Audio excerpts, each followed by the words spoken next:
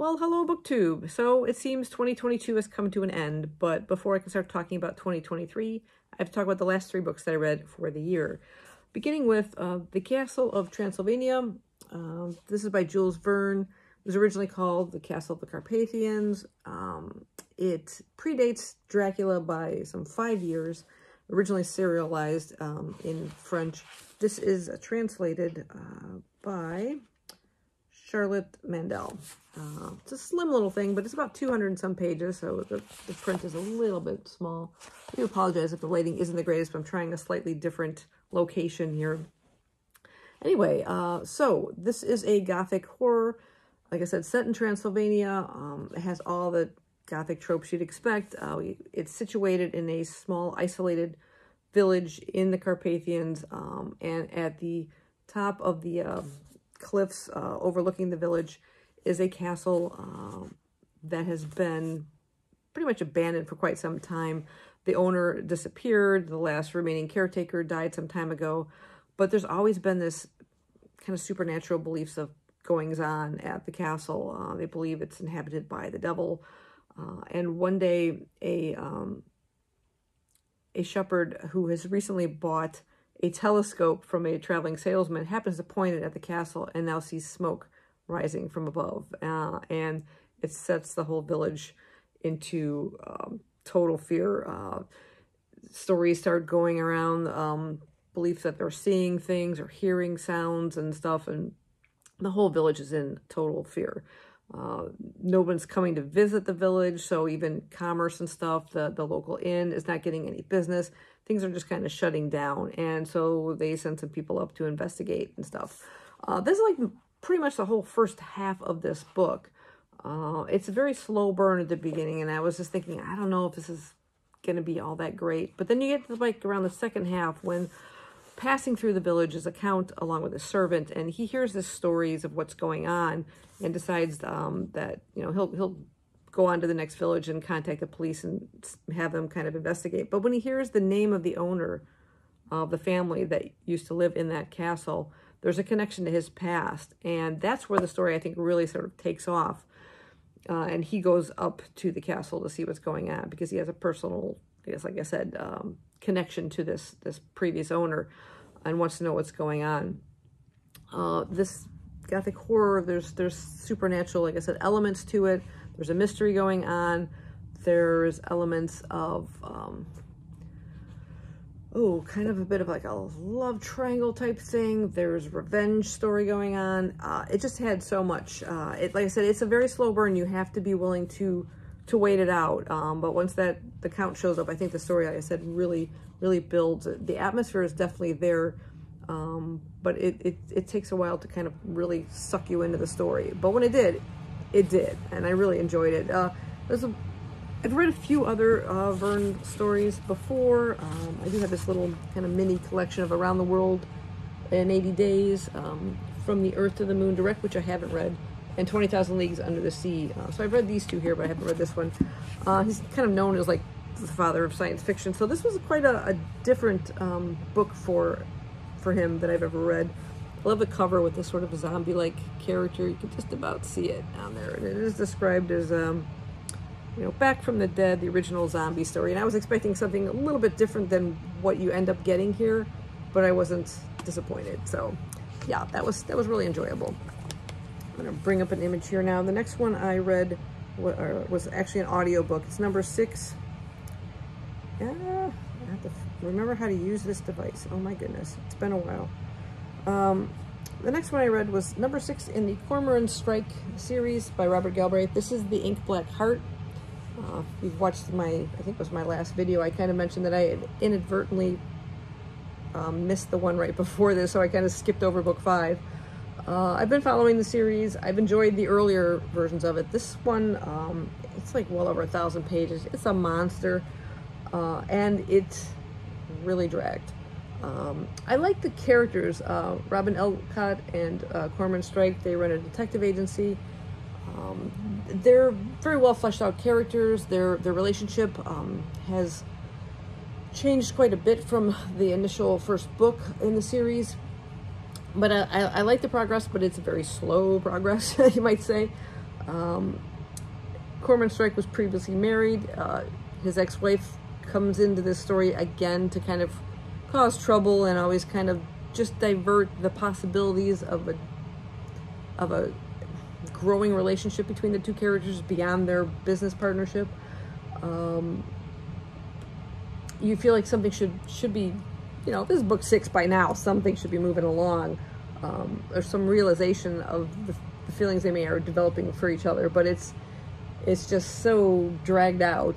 The story itself is also hard to follow, particularly in the audio version. What we have is one day Edie Ledwell, online, she's created a cartoon along with another man, and someone has now turned it into a video game. It's called The Ink Black Heart, and they've turned it into like an online video game without their permission, basically, and are changing the game, and then started to threaten Edie Ledwell online.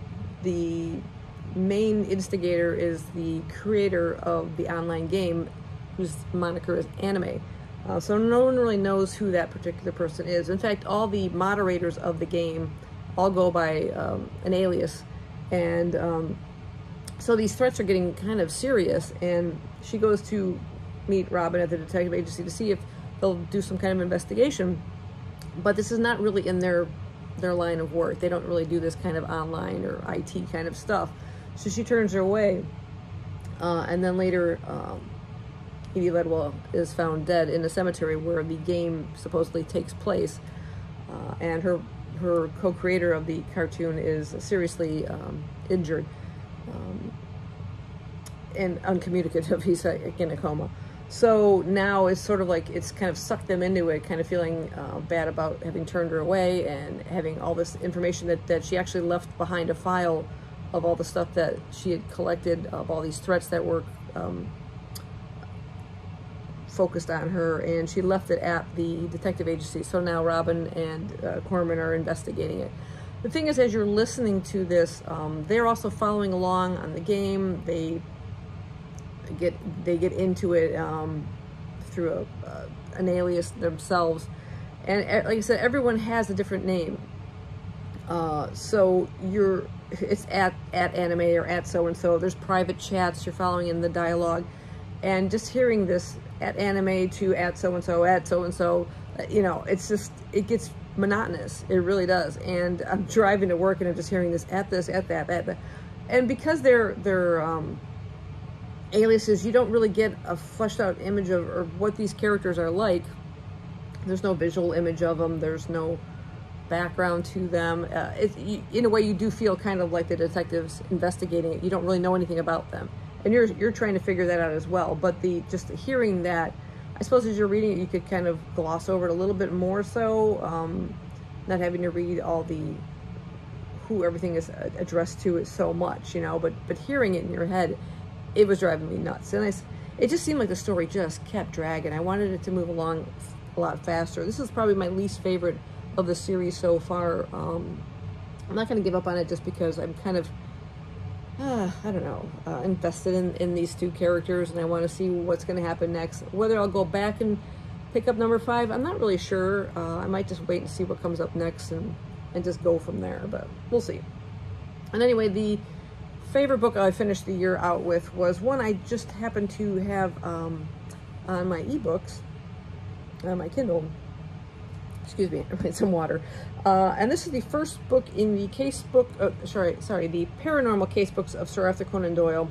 It's The Revenant of Thraxton Hall. You can kind of see that. A little close-up of the characters there. And this is by Von Entwistle.